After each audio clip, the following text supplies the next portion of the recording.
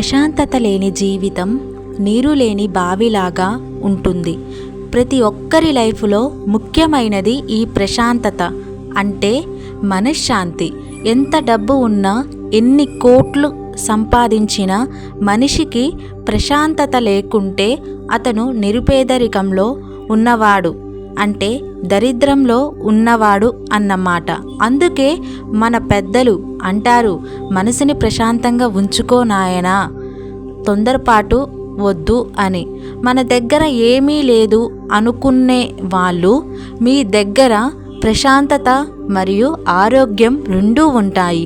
మీరు వాళ్ళలాగా మేడలు కట్టుకోకపోవచ్చు, కానీ వారు సంపాదించిన ఆస్తులు అన్నీ వాళ్ళు కష్టించి శ్రమపడి కూడబెట్టుకున్న డబ్బులు కావు.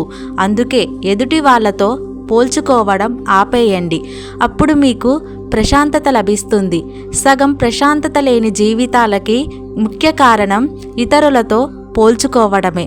మనసుని ప్రశాంతంగా ఉంచకపోతే ఆరోగ్యంపై ప్రభావం పడి మానసికంగా కృంగిపోవాల్సి వస్తుంది. చివరిగా అనారోగ్యానికి గురి అవుతాము. నీ మనసుని, నీ ఆలోచనల్ని ఒకేలాగా ఉండేలా చూసుకో. ఇక నీకు మనశ్శాంతి లభిస్తుంది.